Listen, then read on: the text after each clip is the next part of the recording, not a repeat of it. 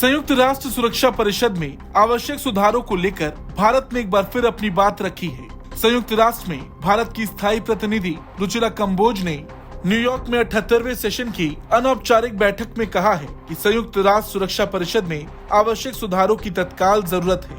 उन्होंने कहा है कि इन सुधारों पर एक दशक से ज्यादा समय से चर्चा चल रही है, लेकिन नतीजा नहीं निकला है। कंबोज ने कहा कि करीब 1/4 सदी बीत चुकी है। दुनिया और हमारी आने वाली पीढ़ियां अब और इंतजार नहीं कर सकती हैं। उन्हें और कितना इंतजार करना होगा।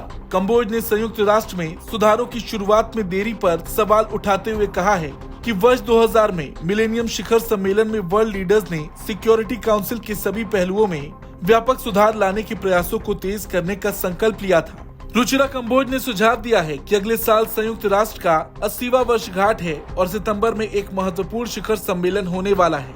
ऐसे मौकों पर इन जरूरी सुधारों को पेश किया जाना चाहिए। रुचिरा कंबोज ने कहा कि हमें अफ्रीका सहित युवा और भावी पीढ़ियों की आवाज पर ध्यान देते हुए सुधार को आगे बढ़ाना चाहिए, जहां ऐतिहासिक अन्याय में सुधार करने की मांग और भी मजबूत हो रही है। उन्होंने कहा कि ऐसा नहीं किया गया तो हम परिषद को गुमनामी और अप्रासंगिक होने के रास्ते पर भेज देंगे। कंबोज ने अधिक समावेशी दृष्टिकोण अपनाने का प्रस्ताव दिया, जिसमें सुझाव दिया कि यूएनएससी के विस्तार को केवल गैर स्थायी सदस्यों तक सीमित करने से इसकी संरचना में असमानताएं बढ़ने का खतरा होगा। उन्होंने परिषद की वैधता में सुधार के लिए इसकी संरचना में प्रतिनिधियों और समान भागीदारों की जरूरत पर जोर दिया। रुचिरा कंबोज ने इस बात पर भी जोर दिया कि वीटो पावर को काउंसिल की सुधार प्रक्रिया में बाधा नहीं बनना चाहिए। उन्होंने रचनात्मक बातचीत के लिए मुद्दे पर लचीलेपन का आह्वान किया और कहा कि नए स्थायी सदस्यों को समीक्षा के दौरान निर्णय होने तक वीटो का प्रयोग नहीं करना चाहिए।